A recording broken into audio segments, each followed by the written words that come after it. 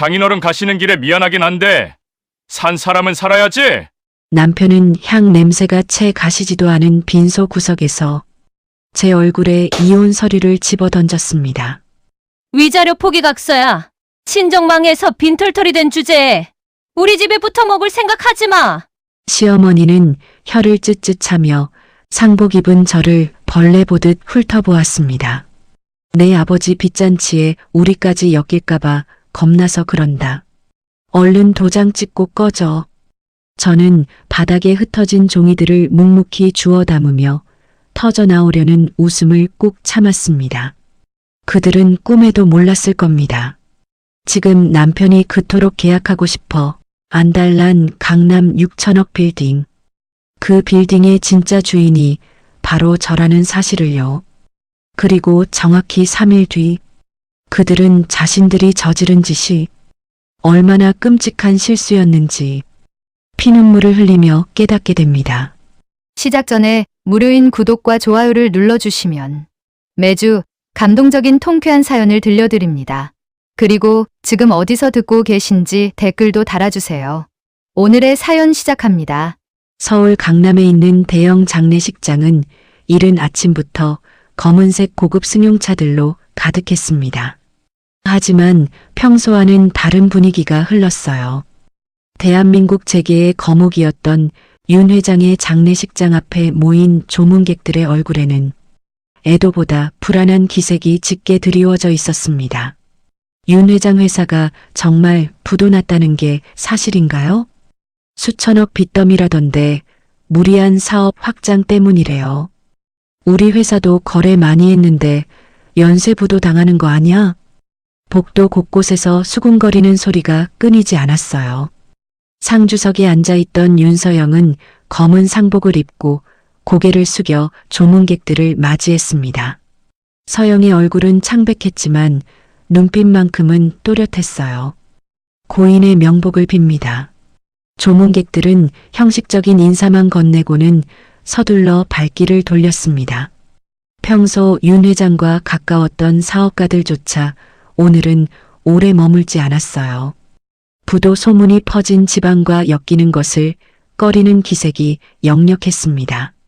김민준이 서영 옆에서 조문객들에게 절을 하며 초조한 목소리로 중얼거렸어요.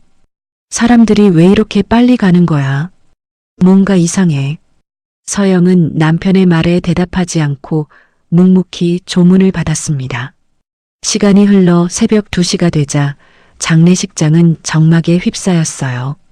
마지막 조문객이 떠나고 나서야 김 회장이 며느리에게 다가왔습니다.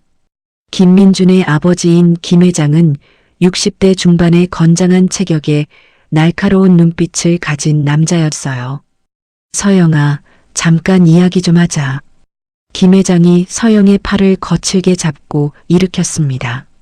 아버님, 지금은 아버지 빈소인데 지금이야말로 해야 할 말이 있어. 김민준과 시어머니, 시누이까지 서영을 둘러싸며 일어섰어요. 이들은 서영을 아버지의 영정사진 앞이 아닌 구석진 비상계단으로 끌고 갔습니다. 계단 모퉁이는 CCTV 사각지대였어요. 김 회장이 품에서 두꺼운 서류 봉투를 꺼내 바닥에 내동댕이 쳤습니다. 이거 당장 서명해. 서영이 몸을 굽혀 서류를 집어들며 내용을 확인했어요. 위자료 포기 및 협의 이혼 서류였습니다. 이게 무슨 뜻이에요? 서영이 떨리는 목소리로 물었습니다. 김민준이 담배를 입에 물고 라이터를 켜며 차갑게 말했어요. 장인어른 빚잔치에 우리 집안까지 말아먹을 수는 없거든. 시어머니가 팔짱을 끼며 서영을 위아래로 훑어봤습니다. 빈털터리가 된 주제에 어디서 뻔뻔하게 버티려고 그래. 어머님, 아버지 장례식 날인데 이런 말씀은 무슨 현실을 직시해야지. 김 회장이 서영 앞으로 바짝 다가서며 위압적인 목소리로 말했습니다. 윤 회장 빚이 내게 상속되면 우리까지 연대보증 서서 망한다고. 지금 당장 도장 찍어. 서영의 손이 서류를 움켜쥐며 미세하게 떨렸어요. 잠깐만 생각할 시간을. 생각할 시간 따위 없어. 지금 안 하면 법정에서 만나는 수밖에. 김민준이 담배를 빼며 서영의 어깨를 밀쳤습니다. 그 순간 서영의 머릿속에 아버지의 마지막 말이 떠올랐어요. 서영아, 아빠를 끝까지 믿어라. 모든 게 다 계획이야. 서영은 아버지가 의도적으로 부도 소문을 퍼뜨렸다는 것을 깨달았습니다. 강남 한복판의 6천억 원짜리 빌딩과 모든 자산이 이미 비밀 신탁을 통해 자신에게 상속되어 있다는 사실을 시댁 사람들은 전혀 몰랐어요. 서영은 굳게 다물었던 입술을 살짝 깨물었습니다. 터져 나오려는 헛웃음을 간신히 삼키며 고개를 끄덕였어요. 알겠어요. 서명할게요. 서영이 펜을 받아들며 차분한 목소리로 말했습니다. 자신의 이름을 쓰면서도 그녀의 손은 전혀 떨리지 않았어요. 단 한 푼의 재산 분할도 요구하지 않겠다는 조항에 망설임 없이 서명하고 도장을 찍었습니다. 니야, 진짜 시원하게 포기하네. 김민준이 서류를 낚아채며 환호성을 질렀어요. 시어머니와 시누이가 서로 어깨를 두드리며 기뻐했습니다. 됐다, 됐어. 이제 빚쟁이들이 우리한테 못 덤벼들어. 휴, 정말 다행이야. 연대보증 설까봐 얼마나 걱정했는데. 김 회장도 안도의 한숨을 쉬며 웃음을 터뜨렸어요. 시댁 일가는 빚더미를 피했다는 안도감에 쾌재를 부르며 서로 포옹했습니다. 김민준이 담배를 바닥에 던지며 서영에게 마지막 모욕을 퍼부었어요. 앞으로 길에서 마주쳐도 아는 척하지 마. 우리 인생에 더 이상 엮이지 말라고. 시댁 식구들이 킬킬거리며 웃으면서 장례식장을 황급히 떠났습니다. 복도에 홀로 남은 서영은 아버지의 영정 사진을 바라봤어요. 평온한 미소를 짓고 있는 아버지의 모습이 오늘따라 의미심장해 보였습니다. 서영이 영정사진 뒤편을 손으로 조심스럽게 더듬었어요. 숨겨진 틈새에서 작은 금고 열쇠가 나왔습니다. 아버지가 미리 준비해둔 것이었어요. 탐욕에 눈이 멀어서 나를 버린 사람들. 서영이 열쇠를 꽉 쥐며 차가운 목소리로 중얼거렸습니다. 그녀의 눈에서는 눈물 대신 복수의 불꽃이 이글거리고 있었어요.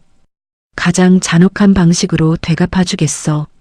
다음 날 오후 발인을 마친 서영은 시내 한복판에 있는 고급 변호사 사무실을 찾았습니다. 최 변호사는 50대 중반의 온화한 인상이지만 예리한 눈빛을 가진 남자였어요. 아버지와 30년 가까이 함께 일해온 믿을 만한 사람이었습니다. 상속 절차는 이미 모두 완료되었습니다. 최 변호사가 두꺼운 서류 뭉치를 서영 앞에 정중히 놓았어요.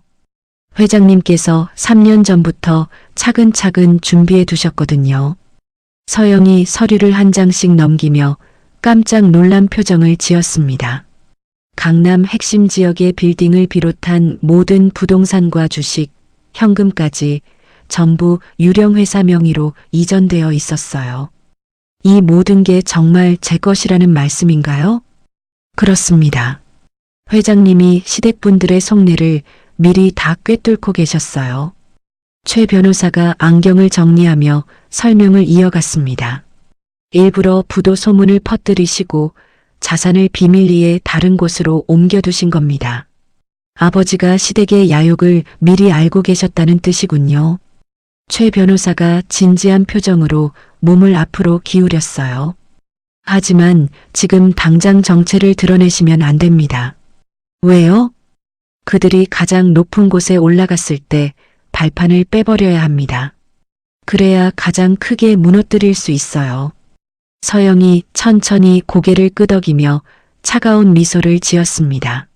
아버지의 마지막 선물의 진짜 의미를 이제야 완전히 깨달았어요. 복수는 감정이 아닌 치밀한 계산으로 해야 한다는 것을 배우기 시작했습니다.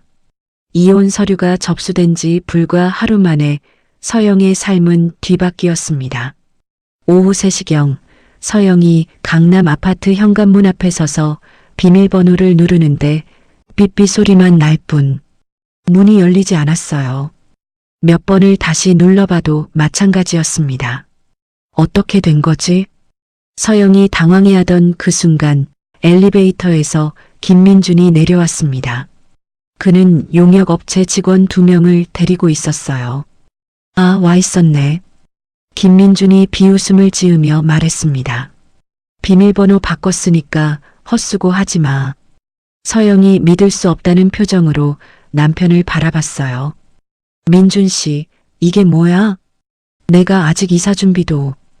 이사 준비는 우리가 다 해놨어. 용역업체 직원들이 복도 한쪽에 쌓여있는 짐들을 가리키며 말했습니다. 서영의 옷가지와 화장품, 책들이 아무렇게나 박스에 담겨 방치되어 있었어요. 내 물건들을 어떻게 이렇게... 서영의 목소리가 떨렸습니다. 30년 넘게 모아온 추억들이 쓰레기 취급을 받고 있는 모습이 참담했어요. 김민준이 휴대폰을 꺼내더니 누군가에게 영상 통화를 걸었습니다. 나영아, 잘 됐다. 집 비웠어. 화면 속에서 오나영의 얼굴이 환하게 웃고 있었어요. 오빠, 정말? 와, 드디어 우리만의 공간이 생기는 거야. 오나영이 손뼉을 치며 좋아했습니다. 이제 우리 리조트 사업 계획도 차근차근 세울 수 있겠네. 서영이 바로 옆에서 듣고 있는데도 김민준은 아랑곳하지 않았어요. 알터니가 빠졌으니까 이제 제대로 시작해보자. 그러게. 거추장스러운 짐덩어리 하나 사라지니까 속이 다 시원해. 서영의 얼굴이 창백해졌습니다. 자신이 거추장스러운 짐덩어리라니 5년간 함께 살았던 남편의 입에서 나온 말이라고는 믿을 수 없었어요. 민준 씨, 아무리 그래도 이렇게까지 뭐, 너랑 나 남남이잖아. 김민준이 휴대폰 화면을 서영 쪽으로 돌렸습니다. 오나영이 서영을 보더니 눈을 동그랗게 뜨고 인사했어요. 어머, 서영 언니, 고생 많았어요. 이제 편하게 지내세요. 서영은 말없이 박스들을 하나씩 들어 올렸습니다. 용역업체 직원들이 도와주려 했지만 서영은 고개를 저었어요. 자존심이라는 게 있었습니다. 택시 불러줄까? 김민준이 형식적으로 물었지만 목소리에는 조롱이 섞여 있었어요. 아니, 혼자 할 수 있어. 서영이 무거운 박스를 끌고 엘리베이터로 향했습니다. 뒤에서 김민준과 오나영의 웃음소리가 들려왔어요. 엘리베이터 문이 닫히는 순간까지도 그들의 즐거워하는 목소리가 귓가에 맴돌았습니다. 서영은 아버지가 생전에 비상시를 대비해 마련해둔 강북의 오피스텔로 향했어요. 낡은 건물의 좁은 원룸이었지만 지금 서영에게는 안식처였습니다. 벽지가 오래되어 모서리가 들뜨고 화장실 수도꼭지에서는 물이 뚝뚝 떨어졌어요. 이제 정말 혼자구나. 서영이 아버지의 사진을 보며 아빠, 나 울지 않을게. 보란 듯이 일어날게. 서영이 박스들을 바닥에 내려놓으며 중얼거렸습니다. 강남의 넓은 아파트에서 이런 좁은 공간으로 온 현실이 실감났어요. 다음 날 오전 서영은 최 변호사 사무실을 찾았습니다. 오피스텔은 어떠세요? 최 변호사가 따뜻한 차를 건네며 물었어요. 괜찮아요. 아버지 덕분에 지낼 곳이라도 있으니까요. 서영이 차를 마시며 담담하게 대답했습니다. 이제 본격적으로 시작해야겠어요. 최 변호사가 서류들을 펼쳐놓았습니다. 먼저 해외 회사를 통해 WSC라는 법인을 만들어야 합니다. 복잡한가요? 회장님이 이미 다 준비해 두셨어요. 서명만 하시면 됩니다. 서영이 서류에 하나하나 서명하면서 물었어요. 김민준이 추진하는 사업이 뭔지 알 수 있을까요? 최 변호사가 미소를 지으며 두꺼운 파일을 꺼냈습니다. 강남 복합 쇼핑몰 재개발 사업이에요. 사업 계획서도 여기 있고요. 서영이 도면을 펼쳐보니 눈이 번쩍 떠졌어요. 김민준의 회사가 주변 땅들을 거의 다 사들였더군요. 하지만 정가운데 있는 아버지의 빌딩만큼은 빨간 점선으로 표시되어 있었습니다. 이 빌딩이 없으면 사업을 할 수 없다는 뜻인가요? 그렇습니다. 이 빌딩이 사업의 핵심 부지거든요. 서영의 입꼬리가 살짝 올라갔어요. 도면을 보니 김민준이 얼마나 이 빌딩을 간절히 원하는지 알 수 있었습니다. 그런데 저들은 왜 이 빌딩을 사지 않았을까요? 아마 윤 회장님의 빚 때문에 곧 경매로 나올 거라고 생각했을 겁니다. 최 변호사가 등기부 등본을 보여줬어요.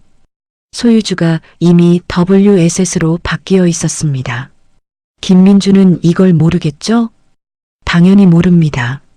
법인 등기는 비공개로 했으니까요. 서영이 빌딩 임대 현황표를 살펴보다가 한 이름에서 손가락을 멈췄어요. 오뷰티 본사 대표 오혜진. 이 오 회장이 김민준의 예비장모 맞나요? 맞습니다. 뷰티 브랜드 CEO죠. 서영의 눈이 반짝였습니다. 김민준의 새 사랑과 그 어머니까지 한 번에 타격을 줄 수 있는 기회였어요. 임대 계약서 좀 볼 수 있을까요? 최 변호사가 계약서를 가져왔습니다. 서영이 꼼꼼히 읽어보니 임대료 연체와 계약 위반 사항들이 여러 개 보였어요. 이 정도면 계약 해지 사유가 충분하네요. 서영이 차가운 미소를 지으며 말했습니다. 내용 증명을 보내주세요. 며칠 후 오 회장의 사무실에서는 비상이 걸렸습니다. 비서가 내용 증명 우편을 들고 급히 들어왔어요. 회장님, 큰일입니다. 뭔데 그렇게 호들갑이야? 오 회장이 짜증스럽게 서류를 받아들었습니다.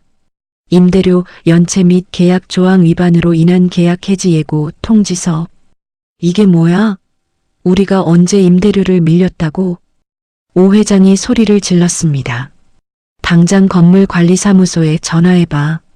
비서가 전화를 걸었지만 돌아오는 답변은 시원치 않았어요. 건물 소유주가 바뀌었다고 합니다. 새로운 법인 대표가 매우 까다로운 분이라고. 오 회장의 얼굴이 빨갛게 달아올랐습니다. 까다로운 게 아니라 우리를 괴롭히려는 거 아니야? 이런 억지가 어디 있어. 그 시각 강북 오피스텔에서 서영은 노트북 화면을 보며 만족스러운 표정을 짓고 있었어요. 김민준의 재개발 사업이 자신의 손에 달려 있다는 사실이 통쾌했습니다. 이제 시작이야. 서영이 차가운 목소리로 중얼거렸습니다. 복수의 첫 번째 수가 성공적으로 놓여진 순간이었어요. 내용 증명을 발송한 지 3일째 되던 날 오후 서영은 강남 빌딩 최상층 펜트하우스에 홀로 앉아 있었습니다. 넓은 창가에서 내려다 보이는 서울 시내가 한눈에 들어왔어요. 예전에는 이런 풍경을 볼 기회조차 없었는데 이제는 이 모든 것이 자신의 것이라니 아직도 실감이 나지 않았습니다. 똑똑똑. 노크 소리와 함께 수트를 말끔히 차려입은 30대 중반의 남자가 들어왔어요. 키가 훤칠하고 날카로운 눈빛을 가진 그는 서영을 보자마자 정중히 고개를 숙였습니다. 윤 회장님의 따님이시군요. 최현우입니다. 서영이 일어나 맞이하려 하자 그가 손을 내저었어요. 편하게 계세요. 제가 회장님께 많은 은혜를 입었거든요. 최현우가 서영 앞에 두꺼운 파일들을 펼쳐놓았습니다. 김 회장 일가의 자금 흐름도예요. 차명 계좌까지 모두 파악했습니다. 서영이 서류를 들여다보니 복잡한 숫자들과 은행명들이 빼곡히 적혀 있었어요. 이렇게 자세한 정보를 어떻게... 아버님께서 미리 준비해두라고 하셨거든요. 최현우의 눈에서 차가운 빛이 스쳤습니다. 단순한 복수가 아닙니다.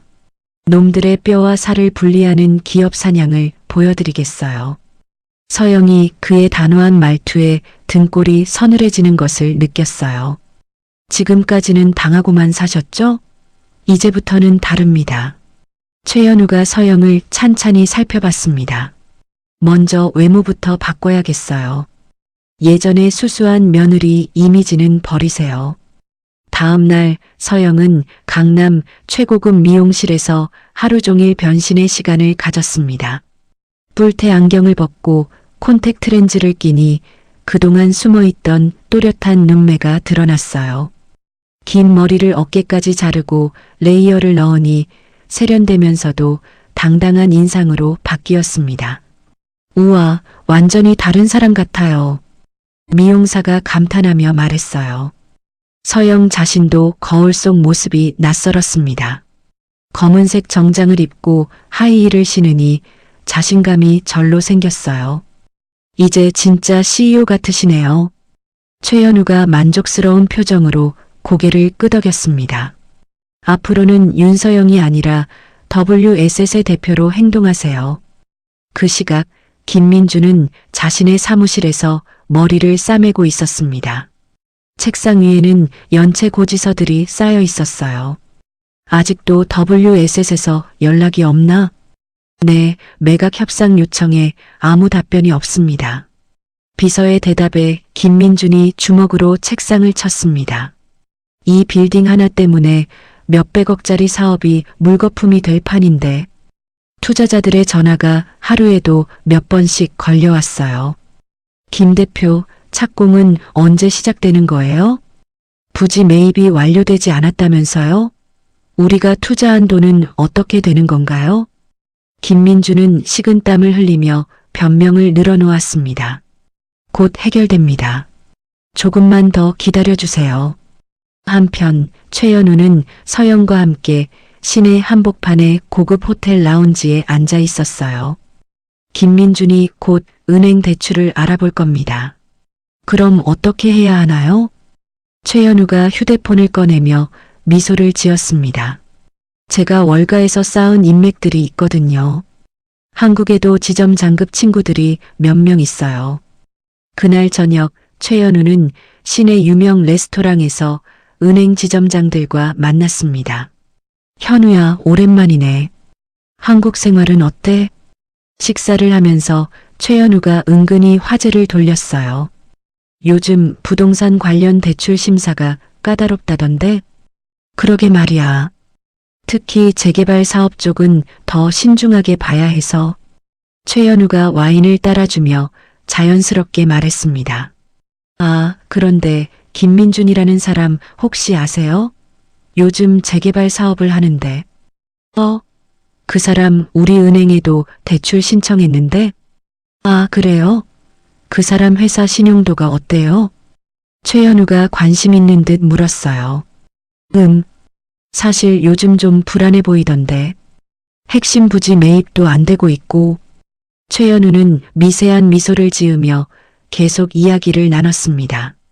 다른 은행 지점장들과도 비슷한 만남을 가졌어요. 모두 오래된 친구들이라 허심탄회하게 이야기할 수 있었습니다. 요즘 부동산 사기가 많아서 조심해야 한다던데. 맞아. 특히 재개발 사업은 변수가 너무 많잖아. 며칠 후 김민준이 은행들을 돌아다니기 시작했을 때 상황은 이미 결정되어 있었어요. 죄송합니다만 현재 회사 상황으로는 대출이 어렵겠네요. 첫 번째 은행에서부터 거절당했습니다. 신용 등급에 문제가 있어 보입니다. 두 번째 은행에서도 마찬가지였어요. 리스크가 너무 커서 부지 매입이 완료되지 않은 상태에서는 은행마다 비슷한 대답만 돌아왔어요. 김민주는 이해할 수 없었습니다. 분명 얼마 전까지만 해도 자신의 회사 신용도는 괜찮았거든요. 어떻게 된 거야? 갑자기 왜 이러는 거지? 김민준이 답답한 마음에 아버지에게 전화를 걸었습니다. 아버지, 은행에서 대출을 안 해줘요. 뭐? 그럴 리가 없는데. 내가 알아보마. 김 회장이 평소 알던 은행장에게 전화를 걸었어요. 여보세요, 은행장님. 저희 아들 회사 대출건 좀 도와주시면. 아, 김 회장님. 죄송하지만 요즘 내부 심사가 까다로워져서요. 뭔가 이상했지만 김 회장도 명확한 이유를 알 수 없었습니다. 결국 김민주는 제2금융권과 사채업체를 알아보기 시작했어요. 이자가 얼마나 되나요? 월 3%입니다. 3%요? 너무 높은 거 아닌가요? 요즘 시세가 그래요. 싫으면 다른 데 가보세요. 김민주는 울며 겨자 먹기로 고금리 대출을 받기 시작했습니다. 매달 나가는 이자만으로도 회사 자금이 빠듯해졌어요. 이 모든 것이 서영의 치밀한 계획이라는 것을 그는 꿈에도 몰랐습니다. 한편 오 회장도 비슷한 상황에 처해 있었습니다. 본사 사무실에서 갑작스럽게 나가라는 통보를 받고 나서 모든 게 꼬이기 시작했어요. 이사 비용만 얼마나 들어요? 새 사무실 보증금도 만만치 않고. 오 회장이 한숨을 쉬며 김 회장에게 전화를 걸었습니다. 사돈어른, 혹시 자금 좀 도와주실 수 있나요? 미안해요. 저희도 지금 어려워서.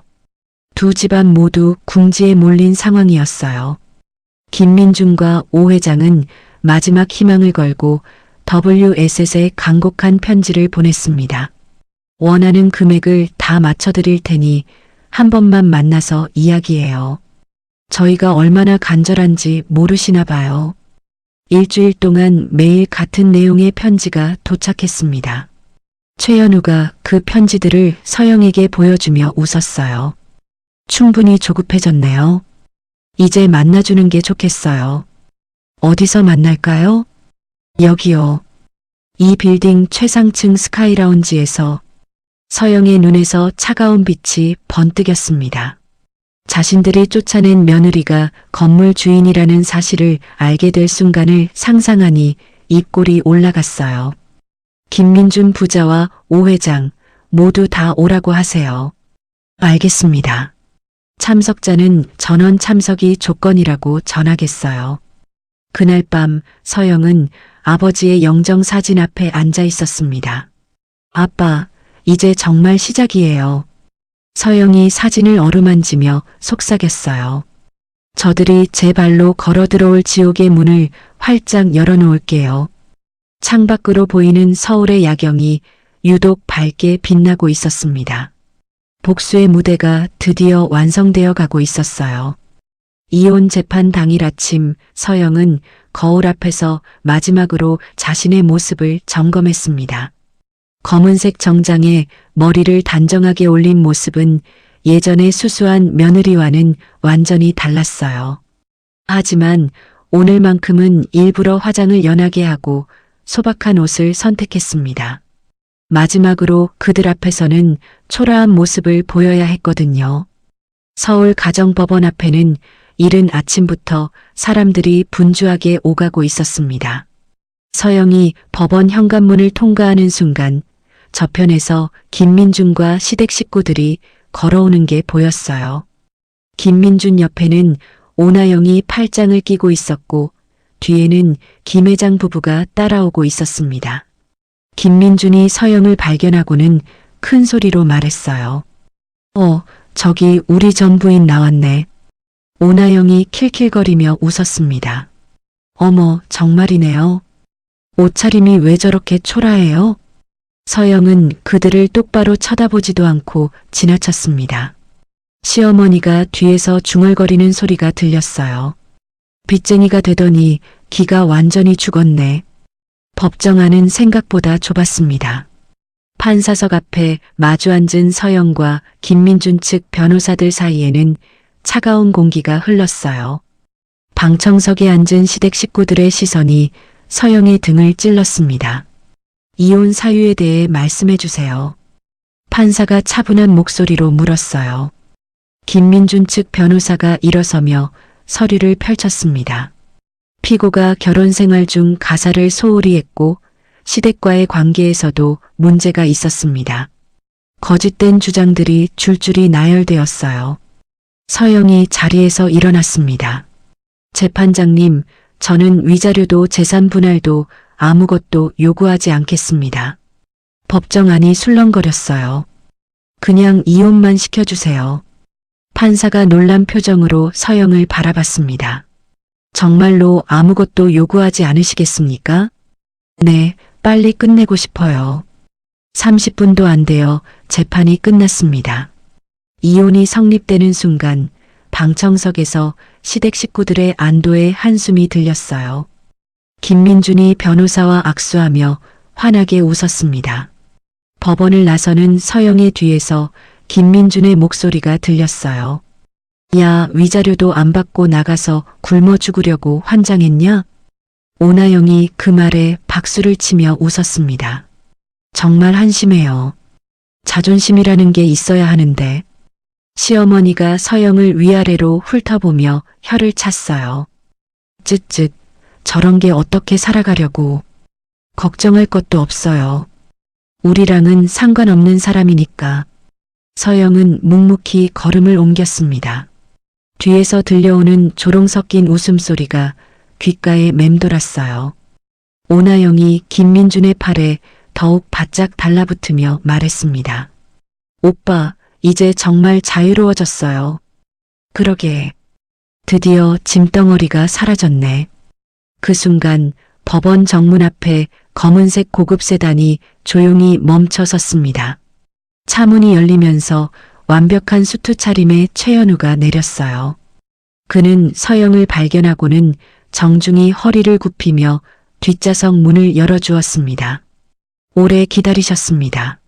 최연우의 공손한 목소리에 주변 사람들이 하나둘 시선을 돌렸어요. 김민준과 오나영이 멍하니 그 광경을 바라봤습니다. 시댁 식구들도 입을 다물지 못한 채 서 있었어요. 분명 거지가 된 줄 알았던 전 며느리에게 이런 고급차와 운전기사가 있다니. 서영이 차에 타기 전 뒤돌아서서 선글라스를 꺼내 썼습니다. 그리고는 김민준을 똑바로 쳐다보며 차가운 미소를 지었어요. 곧 다시 보게 될 거야. 기대해. 서영의 목소리는 평온했지만 그 속에는 섬뜩한 기운이 담겨 있었습니다. 차가 떠난 후에도 김민준 일가는 한동안 그 자리에 서 있었어요.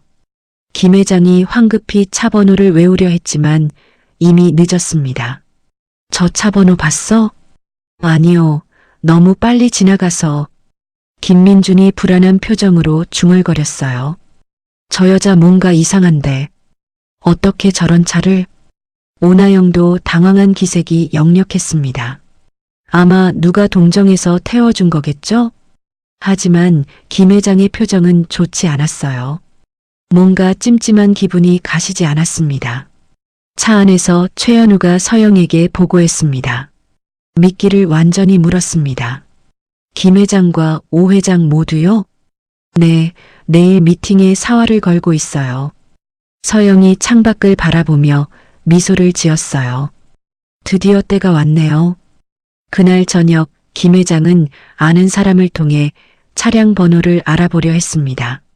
하지만 법인 명의의 렌터카라 별다른 정보를 얻을 수 없었어요. 이상해. 분명 뭔가 있을 텐데. 김 회장이 혼잣말을 했지만 당장 급한 일이 더 있었습니다. 내일 있을 WS 대표와의 만남 때문이었어요. 이번이 마지막 기회야. 절대 놓치면 안 돼. 김민준에게 다시 한번 당부했습니다. 그 시각 강남 빌딩 펜트하우스에서는 서영이 밤늦게까지 자료를 정리하고 있었어요. 노트북 화면에는 김민준 회사와 오 회장 회사의 계약 위반 사항들이 빼곡히 나열되어 있었습니다. 임대료 연체 15일, 시설 무단 개조, 소음 민원 다수, 모든 것이 완벽했습니다. 서영이 내일 입을 하얀색 정장을 꺼내 다림질을 시작했어요. 스팀 다리미에서 나오는 하얀 김이 피어올랐습니다. 순백의 옷에 그들의 피눈물을 묻히겠어. 서영이 차가운 목소리로 중얼거렸어요. 복수의 무대를 위한 마지막 준비였습니다. 다음 날 아침 결전의 날이 밝았습니다. 서영은 최연우와 함께 빌딩 엘리베이터에 올랐어요. 50층을 향해 올라가는 엘리베이터 안에서 서영이 심호흡을 했습니다. 준비되셨나요? 최연우가 물었어요. 서영이 고개를 끄덕이며 대답했습니다. 이제 진짜 시작이에요. 엘리베이터가 최상층에 도착하는 순간 복수의 카운트다운이 시작되었습니다. 오늘 이후 모든 것이 바뀔 거였어요. 서영의 눈빛이 번뜩이며 차가운 미소가 입꼬리에 맺혔습니다. 오전 10시 정각 강남 빌딩 50층 최상층 회의실은 긴장감으로 가득했습니다. 거대한 유리창 너머로 서울 시내가 한눈에 내려다 보이는 호화로운 공간이었어요. 길쭉한 회의 테이블 한쪽에는 김 회장 부부와 김민준, 그리고 오나영과 오 회장이 나란히 앉아 있었습니다. 김 회장이 시계를 보며 초조한 기색을 드러냈어요. 벌써 10분이나 늦었네. 이런 식으로 장사를 하나? 시어머니가 손수건으로 땀을 닦으며 중얼거렸습니다. 그러게 말이야. 우리를 뭘로 보고. 김민주는 계속해서 다리를 떨며 안절부절 못했어요. 손바닥에서는 식은땀이 계속 났습니다. 오나영이 그런 김민준의 팔을 잡으며 속삭였어요. 오빠, 너무 긴장하지 마요. 어떻게든 될 거예요. 오 회장이 테이블을 탁 치며 큰 소리를 냈습니다. 이 건물의 주인이 누군지만 알면 말이야. 주변 사람들이 깜짝 놀라 오 회장을 바라봤어요. 내 인맥을 총동원해서라도 어떻게든 구워 삶아 보겠어. 어머니, 목소리 좀 낮추세요. 오나영이 당황하며 어머니를 말렸습니다. 하지만 오 회장의 흥분은 쉽게 가라앉지 않았어요. 김민준이 화장실에 다녀오겠다며 자리를 뜨려는 순간 회의실 문이 열렸습니다. 완벽한 수트 차림의 최현우가 들어오더니 정중하게 인사했어요. 오래 기다리셨습니다. 최현우의 목소리는 차분했지만 위험이 느껴졌습니다. WSS의 오너를 소개해드리겠습니다. 김 회장이 몸을 앞으로 기울이며 문을 바라봤어요. 오 회장도 긴장한 표정으로 시선을 고정했습니다. 과연 어떤 사람이 자신들을 이렇게 괴롭힌 건물 주인일까요? 그 순간 하얀 정장을 입은 여인이 당당한 걸음으로 들어왔습니다. 단정하게 올린 머리, 세련된 화장, 그리고 자신감 넘치는 자세. 하지만 그 얼굴을 본 순간 회의실 안은 정적에 휩싸였어요. 서영이 상석에 앉으며 차가운 미소를 지었습니다. 다들 표정이 왜 그러세요? 그녀의 목소리는 평온했지만 날카로웠어요. 전 며느리 얼굴 잊으셨나요? 윤서영. 김민준이 비명을 지르며 자리에서 벌떡 일어났습니다. 의자가 뒤로 넘어지는 소리가 회의실에 울렸어요. 시어머니는 뒷목을 움켜쥐고 휘청거렸습니다. 이게 무슨... 말을 제대로 잇지 못하고 숨을 헐떡거렸어요. 오 회장은 입을 벌린 채 굳어버렸습니다. 방금 전까지 구워 삶겠다고 큰 소리치던 기세는 온데간데 없이 사라졌어요. 오나영 역시 얼굴이 새하얗게 질려 아무 말도 하지 못했습니다. 서영이 가방에서 두꺼운 서류들을 꺼내 테이블 위에 던졌어요. 빌딩 등기권리증이에요. 탁 하는 소리와 함께 서류들이 흩어졌습니다. 그리고 이건 아버지로부터의 상속 증명서고요. 김 회장이 떨리는 손으로 서류를 집어들었습니다. 이게 정말인가? 아버님이 빚쟁이인 줄 알고 버렸던 며느리가 말이에요. 서영의 목소리가 더욱 차가워졌어요. 이 6천억짜리 빌딩의 주인입니다. 김 회장이 서류를 보더니 무릎에서 힘이 빠져 털썩 주저앉으려 했습니다. 서영아, 미안하다. 아버지가 잘못했어. 그 순간 문이 열리며 건장한 보안 요원들이 들어왔어요. 서영이 손짓 하나로 그들을 제지했습니다. 아직 끝나지 않았어요. 다시 앉으세요. 보안 요원들이 김 회장을 부축해서 의자에 앉혔습니다. 서영이 노트북을 열어 대형 화면에 자료를 띄웠어요. 오 회장님. 서영이 오 회장을 바라보며 말했습니다. 브랜드 이미지 실추 및 계약 위반으로 인한 즉시 퇴거 명령서예요. 화면에는 오 회장 회사의 위반 사항들이 빼곡히 나열되어 있었어요. 이런 건 다 해결할 수 있어요. 오 회장이 급하게 말했습니다. 그리고 김민준 씨. 서영이 전 남편을 차갑게 바라봤어요. 사업 부지 매각은 절대 불가입니다. 김민준이 테이블을 치며 소리쳤습니다. 이건 사기야. 우리 사업 다 망하게 할 작정이야? 사기요? 서영이 웃음을 터뜨렸습니다. 하지만 그 웃음에는 온기가 전혀 없었어요. 알박기가 아니라 내 집 지키는 건데? 꼬우면 건물 사든가. 돈도 없는 주제에. 서영의 목소리에 조롱이 섞였습니다. 김민준의 얼굴이 붉게 달아올랐어요. 너, 감히 나한테 이럴 수가 있어? 서영이 손가락을 톡 튕겼습니다. 그 신호와 함께 보안 요원들이 일제히 움직였어요. 뭐 하는 거야? 나. 김민준이 발악하며 소리쳤지만 소용없었습니다. 건장한 남자들이 그를 양팔로 들어올렸어요. 시어머니가 울음을 터뜨렸습니다. 서영아, 제발. 우리가 잘못했어. 하지만 서영의 표정에는 변화가 없었어요. 오 회장과 오나영도 마찬가지로 보안 요원들에게 끌려나갔습니다. 이럴 수는 없어. 법적으로 문제 삼을 거야. 오 회장이 마지막까지 소리쳤지만 누구도 듣지 않았어요. 김민준이 회의실 문 앞에서 마지막으로 뒤돌아봤습니다. 서영아, 이게 끝이 아니야. 하지만 서영은 창밖만 바라보고 있었어요. 보안 요원들이 그들을 모두 엘리베이터로 끌고 나간 후 회의실은 고요해졌습니다. 서영이 혼자 남아 서울 시내를 내려다보며 깊은 숨을 쉬었어요. 최현우가 조용히 다가와 물었습니다. 기분이 어떠세요? 시원하네요. 서영의 입꼬리에 진짜 미소가 번졌습니다. 복수의 첫 번째 막이 드디어 올랐어요. 하지만 이것은 시작에 불과했습니다. 빌딩에서 쫓겨난 김민주는 귀가길 내내 주먹을 불끈 쥐고 있었습니다. 차 안에서 아버지와 오 회장이 대화하는 소리가 들렸지만 머리에 들어오지 않았어요. 모든 게 무너져 내렸습니다. 수백억 원짜리 사업이 하룻밤 사이에 물거품이 되다니.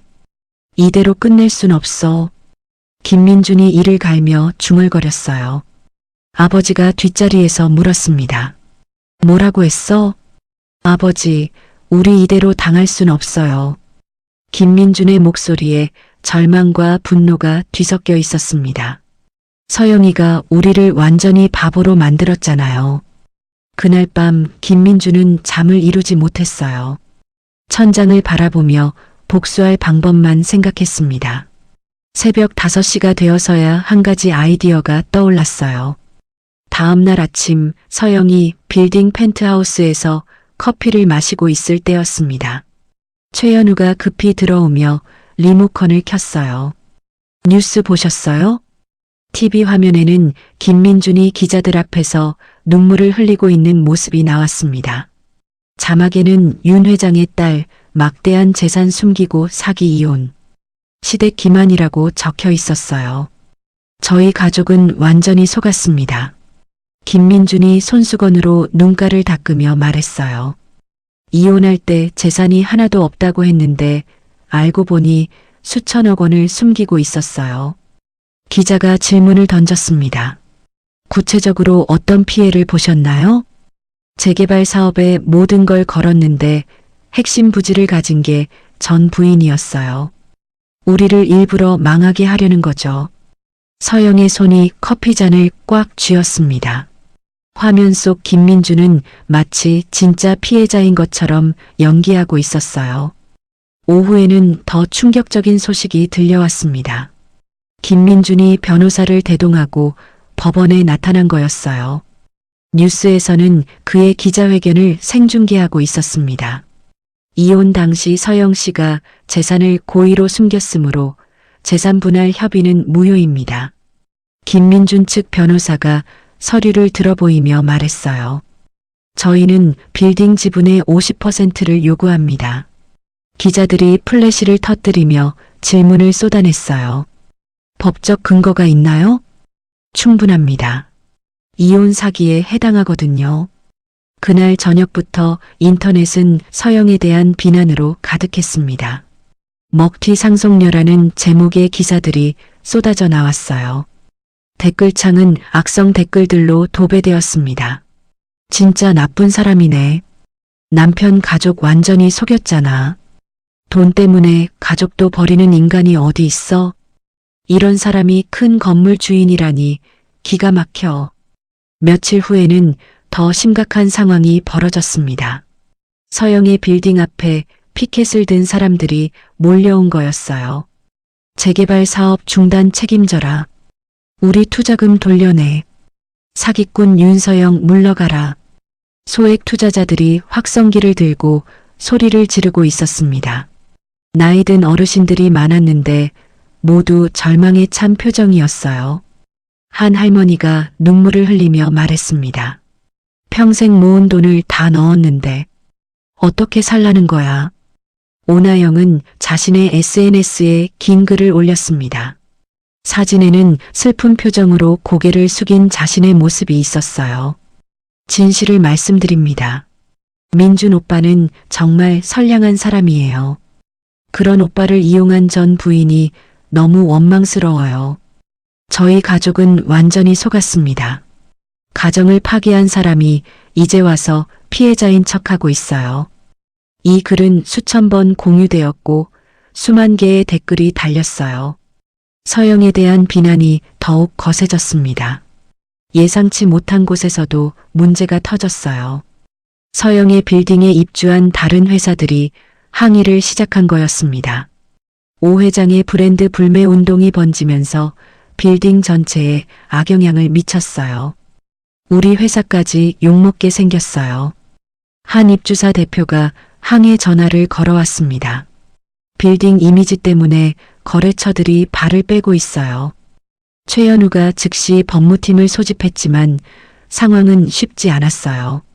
그런데 더 큰 문제가 기다리고 있었습니다. 김 회장이 가짜 증인들을 내세운 거였어요. 윤 회장님이 생전에 직접 말씀하셨어요. 한 증인이 기자들 앞에서 증언했습니다. 사위한테 건물을 주겠다고 구두로 약속하셨다고요. 저도 들었습니다. 다른 증인도 거짓말을 이어갔어요. 분명히 그렇게 말씀하시는 걸 봤거든요. 서영은 이 모든 상황을 지켜보며 점점 지쳐갔어요. 매일 쏟아지는 비난 기사와 악성 댓글에 잠을 이루지 못했습니다. 식욕도 떨어져서 제대로 먹지 못했어요. 어느 날 밤 김 회장에게서 전화가 걸려왔습니다. 서영아, 이제 그만하자. 김 회장의 목소리는 여전히 거만했어요. 뭘 그만하라는 거예요? 서영이 떨리는 목소리로 대답했습니다. 소송 취하해 줄 테니 건물 담보로 1,000억만 빌려줘. 그게 말이 돼요? 제 건물인데. 아직도 정신 못 차렸네. 지금 온 나라가 너 욕하고 있어. 서영이 전화를 끊고 나서 소파에 털썩 주저앉았어요. 숨이 가빠오고 손이 떨렸습니다. 공황 증세가 시작된 거였어요. 그때 최연우가 작은 USB를 들고 들어왔습니다. 이걸 보세요. 서영이 떨리는 손으로 USB를 받았어요. 노트북의 파일을 열자 놀라운 내용들이 나타났습니다. 김 회장이 과거 아버지 회사에서 일할 때 저지른 횡령 내역들이었어요. 수십억 원을 빼돌린 기록이 상세히 적혀 있었습니다. 이게 뭐예요? 회장님이 미리 준비해 두신 보험이에요. 다른 파일에는 김민준의 비자금 조성 내역도 있었어요. 유령 회사를 통해 세금을 탈루한 증거들이 가득했습니다. 서영의 눈에서 다시 생기가 돌아왔어요. 진흙탕 싸움을 원한다면 법과 증거로 끝까지 책임을 묻게 해주지. 그녀가 파일들을 보며 차가운 미소를 지었습니다. 다음 날 아침 서영은 검은색 정장을 차려입고 나섰어요. 목적지는 검찰청이었습니다.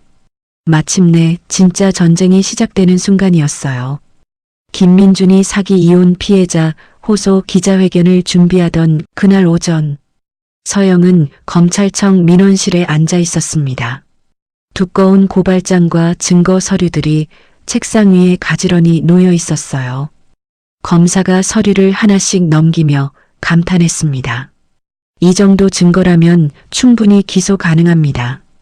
김 회장과 김민준을 특정경제범죄가중처벌법 위반으로 고발합니다. 서영의 목소리는 담담했지만 단호했어요. 횡령과 배임, 그리고 세금 포탈 혐의로요. 같은 시각 서울 시내 한 호텔에서는 김민준의 기자회견이 시작되고 있었습니다. 김민준이 검은 양복을 입고 기자들 앞에 앉았어요. 눈가가 빨갛게 부어오른 모습이었습니다. 저희 가족이 당한 피해를 호소하려고 이 자리에 섰습니다. 김민준이 떨리는 목소리로 말을 시작했어요. 전 아내가 수천억 원을 숨기고 저희를 속였습니다. 기자들이 카메라 플래시를 터뜨리며 질문을 던졌어요. 구체적으로 어떤 피해를 보셨나요? 재개발 사업에 모든 걸 걸었는데 핵심 부지가 전 아내 소유였어요. 완전히 계획된 사기였습니다. 그런데 갑자기 회견장 뒤편에 대형 스크린이 설치되기 시작했습니다. 김민준과 기자들이 당황해서 뒤를 돌아봤어요. 검은색 정장을 입은 서영이 조용히 걸어 들어왔습니다. 잠깐만요. 여기 무단 침입 아닌가요? 김민준이 벌떡 일어서며 소리쳤어요. 서영이 마이크를 잡고 차분하게 말했습니다. 기자회견을 방해할 생각은 없어요. 다만 진실을 보여드리고 싶을 뿐이에요. 스크린에 음성 파일이 재생되기 시작했습니다. 김 회장의 목소리가 회견장에 울려 퍼졌어요.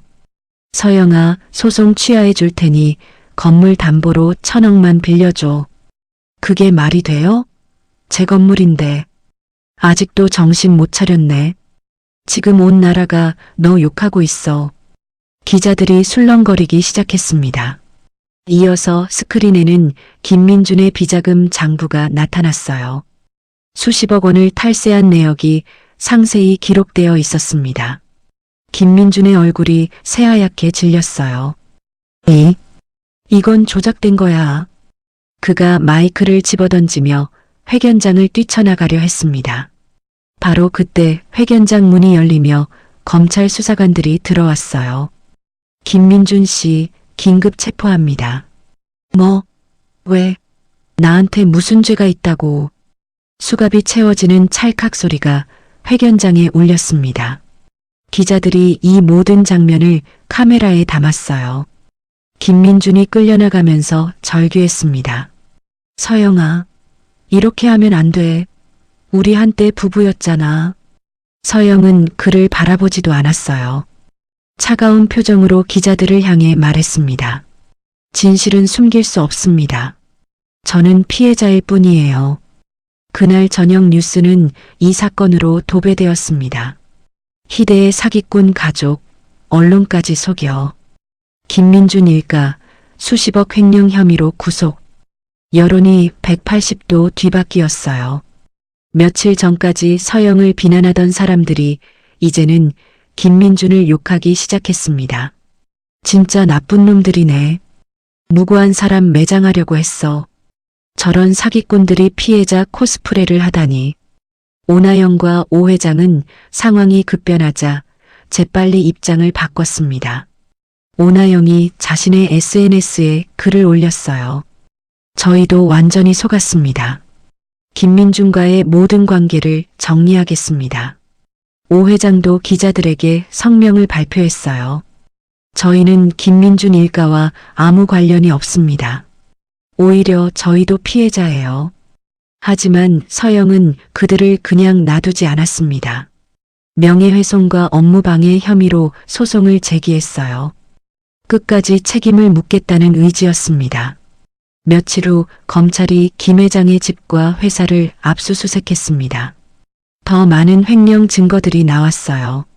수백억 원을 빼돌린 사실이 추가로 드러났습니다. 김 회장에게도 구속영장이 발부되었어요. 70세 가까운 나이에 수갑을 찬 채 구치소로 향하는 모습이 뉴스에 나왔습니다. 김민준의 회사는 결국 부도를 맞았어요. 투자자들이 모든 자금을 회수해 가면서 회사는 하루아침에 공중분해되었습니다. 직원들은 하나둘 떠났고 사무실은 텅 비어버렸어요. 구치소에 갇힌 김민주는 매일 편지를 썼습니다. 서영에게 보내는 애원의 편지였어요. 서영아, 한 번만 용서해줘. 내가 잘못했어. 우리 예정을 생각해서 도와줘. 아버지도 나이가 많으신데 제발 선처를 부탁해.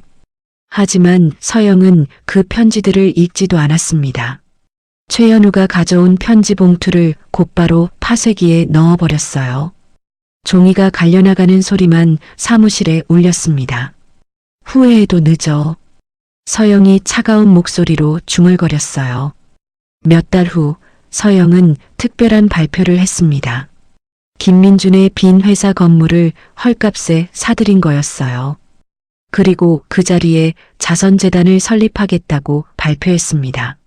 아버지의 이름을 딴 윤 회장 교육재단을 만들겠습니다. 기자회견에서 서영이 말했어요. 어려운 학생들을 도와 아버지의 뜻을 이어가겠습니다. 모든 싸움이 끝난 어느 날 저녁, 최연우가 펜트하우스를 찾아왔습니다. 손에는 비싼 와인 한 병을 들고 있었어요. 축하합니다. 최연우가 와인잔을 따르며 말했습니다. 이제 당신을 괴롭힐 사람은 아무도 없어요. 서영이 잔을 받아들며 미소를 지었어요. 정말 길고 힘든 싸움이었네요. 두 사람이 잔을 부딪히는 소리가 조용히 울렸습니다. 그 순간 서영의 눈에서 눈물이 흘러내렸어요. 참아왔던 모든 감정이 한꺼번에 터져나왔습니다. 아버지의 유산을 지켜냈어요. 서영이 눈물을 닦으며 중얼거렸습니다.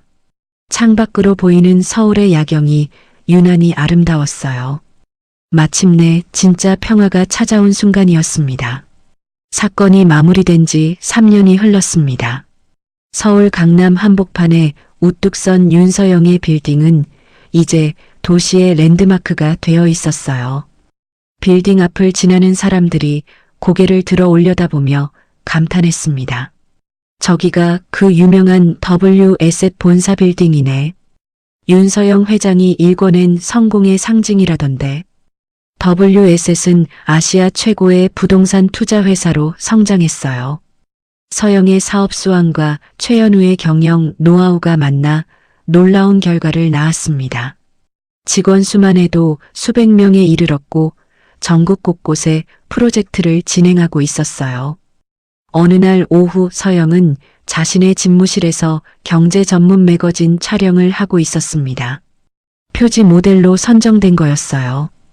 대한민국 여성 CEO 1위라는 타이틀과 함께였습니다. 힘든 시절을 어떻게 이겨내셨나요? 기자가 질문했어요. 서영이 창밖을 바라보며 잠시 생각했습니다. 가장 힘들 때 저를 버린 사람들이 저를 가장 강하게 만들어줬어요. 서영의 목소리에는 여유와 자신감이 넘쳤습니다. 절망의 순간이 오히려 새로운 시작이었죠. 그로부터 몇 달 후 서영과 최연우는 특별한 날을 맞았습니다. 빌딩 옥상에 마련된 정원에서 결혼식을 올리는 날이었어요. 화려한 예식장 대신 조촐하지만 의미 있는 공간을 택했습니다. 하얀 드레스를 입은 서영이 아름다웠어요. 친구들과 직원들만 초대한 소박한 결혼식이었지만 진심이 담긴 축복이 가득했습니다. 서로를 믿고 의지하며 평생을 함께하겠습니까? 주례사의 질문에 두 사람이 동시에 대답했어요. 네, 그렇게 하겠습니다. 결혼 반지를 끼우는 순간 서영의 눈에서 행복의 눈물이 흘러내렸습니다. 최연우가 그 눈물을 부드럽게 닦아주었어요. 결혼식 다음 날 서영은 아버지의 산소를 찾았습니다. 하얀 카라 꽃다발을 들고 무덤 앞에 무릎을 꿇었어요. 아빠, 딸이 왔어요. 서영이 꽃다발을 정성스럽게 놓으며 말했습니다. 아빠 덕분에 좋은 사람 만나서 행복하게 살게 됐어요. 바람이 불어와 꽃잎이 흩날렸습니다. 마치 아버지가 축복해주는 것 같았어요. 이제 걱정 마세요. 딸이 당당하게 살아갈게요. 한편 세상은 김민준에게 냉혹했습니다. 출소한 지 1년이 넘었지만 변변한 일자리를 구하지 못했어요. 정과자라는 딱지가 어디서든 발목을 잡았습니다. 죄송합니다만 저희는 면접관들이 하나같이 고개를 저었어요. 이력서에 적힌 정과 기록을 보고는 바로 거절했습니다. 결국 김민주는 일용직 노동자가 되었어요.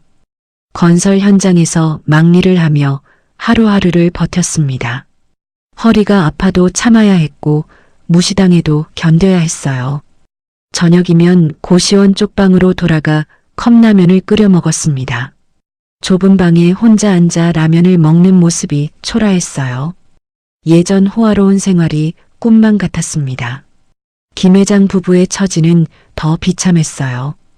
강남의 넓은 집은 빚쟁이들에게 넘어갔고 반지하 방으로 이사했습니다.